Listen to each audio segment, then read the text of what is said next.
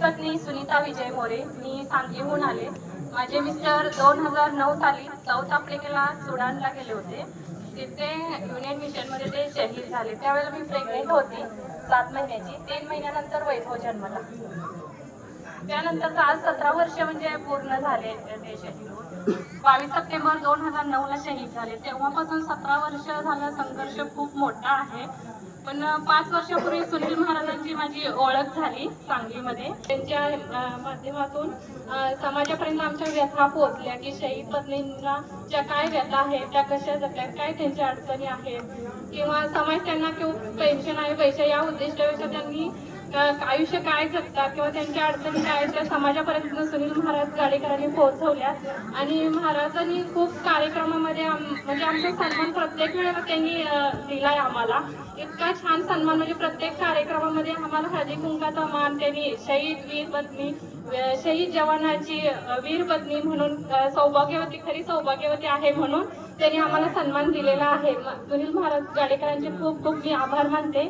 आणि सीमेवरचा विठोबा यांच्या कार्यक्रमात शहीद जवानाचे फोटो लावतात. आणि गेल्या वर्षी महाराजांनी माझ्या विजयचा पण फोटो त्यांनी लावला आणि त्यांनी स्टेटसला पाहिलं की माझ्या विजयचा फोटो इथं दिसतोय. तर मी म्हटलं की सीमेवर माझा जवान, माझा विजय शहीद झालेला आज आळंदीहून पंढरपूरला या वारीमध्ये निघालाय माझा जवान म्हणून मला खूप रडायला आला आणि अभिमानही खूप वाढला की खरोखरच म्हणजे मी खूप भाग्यवान आहे की शहीद जवानाची पत्नी. वारलेल्या माणसांना कुणी आठवण काढत नाही, पण आज मी इतकी भाग्यवान आहे. माझे विजय इतके म्हणजे भाग्यवान आहेत की ते एवढ्या मोठ्या दिंडीतून त्यांचा फोटो आज एवढा आळंदीतून पंढरपूर पर्यंत आले. खूप खूप महाराज धन्यवाद. गिरीश दादा, तुमच्या वाढदिवसाला मी आले होते त्यावेळेला खूप छान सन्मान झाला. शिवमहान पुराणमध्ये आम्हाला खूप छान शंकराची मूर्ती दिला तुम्ही. आणि तुमच्या काकांच्या घरी गेलो तिथं मला ज्ञानेश्वरी दिली. म्हणून एवढा मोठा सन्मान आपल्या इथं झालाय. तर मी तेव्हापासून मी नॉनव्हेज सोडलं म्हणून खरंच एवढ्या थोर व्यक्तीने आपला एवढा मोठा सन्मान केला हे केलाय तर खूप आपण ह्या भक्ती मार्गाला लागलं पाहिजे.